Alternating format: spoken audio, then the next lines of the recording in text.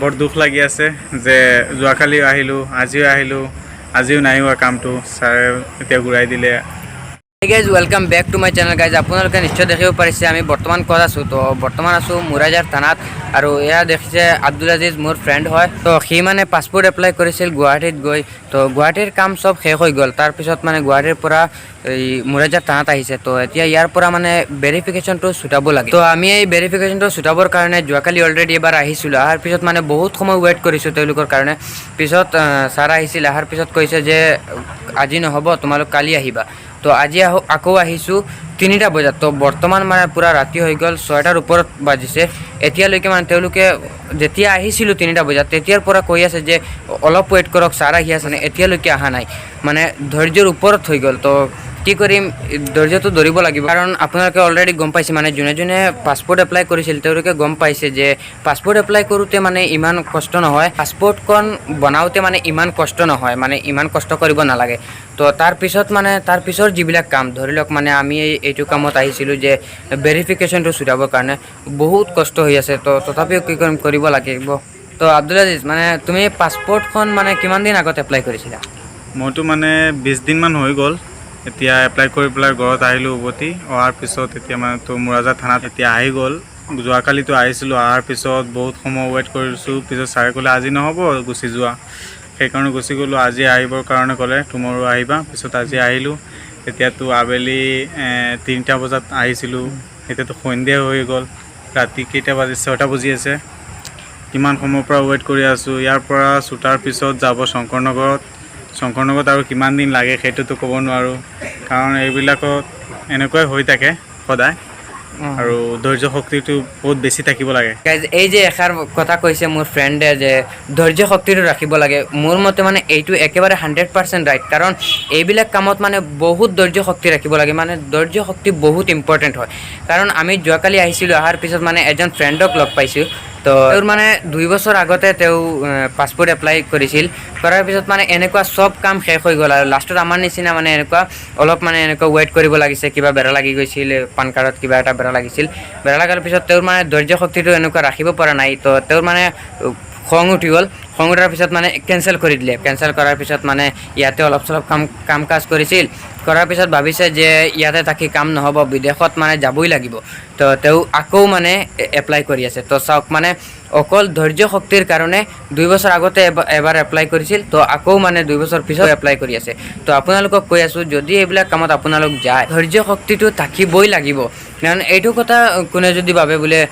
তোমাৰ বেৰা লাগিছে সেইকাৰণে কি আমাৰ বেৰা লাগিব নেকি মানে আমাৰ কোনো বেৰা নাই এনেকুৱা মানে এইবিলাকত দেৰি হয় লেট হয় মানে তুমি ধৈৰ্য শক্তি ৰাখিবই লাগিব এইটো মানে চবৰ কম্পালচাৰী এনেকুৱা মানে হ'বই আৰু ধৈৰ্য শক্তি ৰাখিবই লাগিব তো গাইজ এতিয়া ছাৰৰ ৱেইট কৰোঁ ছাৰটো তেওঁলোকে কৈছে যে ছাৰ আহি আছে তো ছাৰ অহাৰ পিছত দেখোঁ আৰু হয় নেকি তো যদি হৈ যায় তেনেহ'লেতো ভাল কথা আৰু ইয়াত হোৱাৰ পিছততো শংকৰনগৰ যাব তো তাত আকৌ কিমান দিন যাব কেনেকুৱা হ'ব এইবিলাকতো কষ্ট কৰিবই লাগিব আৰু দেখোঁ আৰু কি কৰোঁ এতিয়াতো ছাৰ আহি আছে ছাৰ আহিলে গম পাম আজি হয় নে নহয় আৰু গাইজ তাৰ লগত আহি মানে মোৰো এটা এক্সপিৰিয়েঞ্চ হৈ আছে যে কি পাছপোৰ্ট এপ্লাই কৰোঁতে মানে কি কৰিব লাগে কি কৰিব নালাগে কাৰণ মই ভাবিছোঁ যে 1 বছৰ পিছত ময়ো পাছপোৰ্ট এপ্লাই কৰিম তো চাই আছোঁ তাৰ লগত আহি মানে কি কৰিব লাগে নালাগে এইবিলাক মানে অলপ হ'লেও এক্সপিৰিয়েঞ্চ হৈ আছে মোৰ তো গাইজ বৰ্তমান ছাৰ আহি পাইছে আৰু সি মানে মোৰ ফ্ৰেণ্ড এতিয়া ভিতৰত গৈছে চব কাগজ লৈ তো এতিয়া হয় নে নহয় এইটো চাই লওঁ সেই বৰ্তমান ভিতৰৰ পৰা ওলাই আহিছে আব্দুল আজিজ তুমিতো ভিতৰত গৈ আহিছা মানে কামটো কি ছাকচেছ হৈছে নেকি নহয় আজিও নাই হোৱা ছাৰে কৈছে যে আজিও সময় মানে শেষ ছাৰৰ আৰু এতিয়া কৈছে যে স্কুল চাৰ্টিফিকেটত কাউণ্টাৰ চাইন আছেনে মই ক'লোঁ নাই ছাৰে ক'লে যে অহাকালি আহিবা আৰু স্কুল চাৰ্টিফিকেটত কাউণ্টাৰ চাইনটো লৈ আহিবা এইখিনি কৈ পেলাই মানে ছাৰে ক'লে এতিয়া ঘৰত গুচি যোৱা সেইকাৰণে ওলাই আহিলোঁ বৰ দুখ লাগি আছে যে যোৱাকালিও আহিলোঁ আজিও নাই হোৱা কামটো ছাৰে এতিয়া ঘূৰাই দিলে তো কালিতো আকৌ আহিব লাগিব কি হয় তো আব্দুল আজিজ তুমিতো আজি মানে 2-3 দিনৰ পৰা আহি আছা তো মানে এইটো কামত মানে কি বয় বস্তু লাগে মানে কি ডকুমেণ্টছ লাগে এইবিলাক মোৰ দৰ্শকক অলপ কৈ দিয়া যাতে তেওঁলোকে এইটো কামত গ'লে এইখিনি লগত লৈ যায়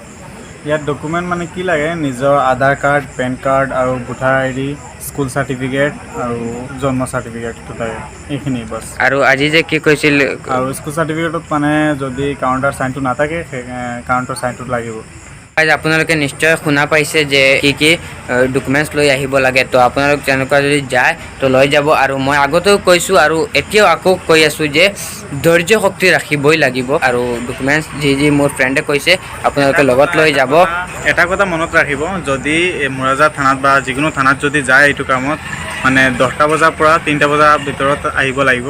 নহ'লে অহাৰ পিছত ঘূৰাই দিব কিন্তু চিয়'ৰ এইটো। আৰু গাইজ আজিৰ ব্লগটো শ্বুট কৰাৰ মানে মূল উদ্দেশ্য হ'ল যাতে আপোনালোকে আমাৰ পৰা মানে অলপ হ'লেও ইনফৰমেশ্যন এটা পাওক, যাতে আমাৰ নিচিনা এনেকুৱা বাৰ বাৰ আহিব নালাগে। গাইজ আপোনালোকে নিশ্চয় দেখা পাইছে, তো আমাৰ কামটো আজিও হোৱা নাই, তো কি কৰিম এতিয়া ঘৰত যাওঁ। তো গাইজ বৰ্তমান আমি ঘৰত গৈ আছোঁ আৰু কালিতো আকৌ আহিব লাগিব, তো আপোনালোকে দোৱা কৰিব যাতে আমাৰ এই কামটো মানে অতি সোনকালে হৈ যায় আৰু সেই মানে যাবলৈ পাছপোৰ্ট এপ্লাই কৰিছিল, তো দোৱা কৰিব যাতে সোনকালে এইখন পাছপোৰ্টখন আহি যায় আৰু অতি সোনকালে ঠিক হৈ যাব পাৰে। তো আপোনালোকে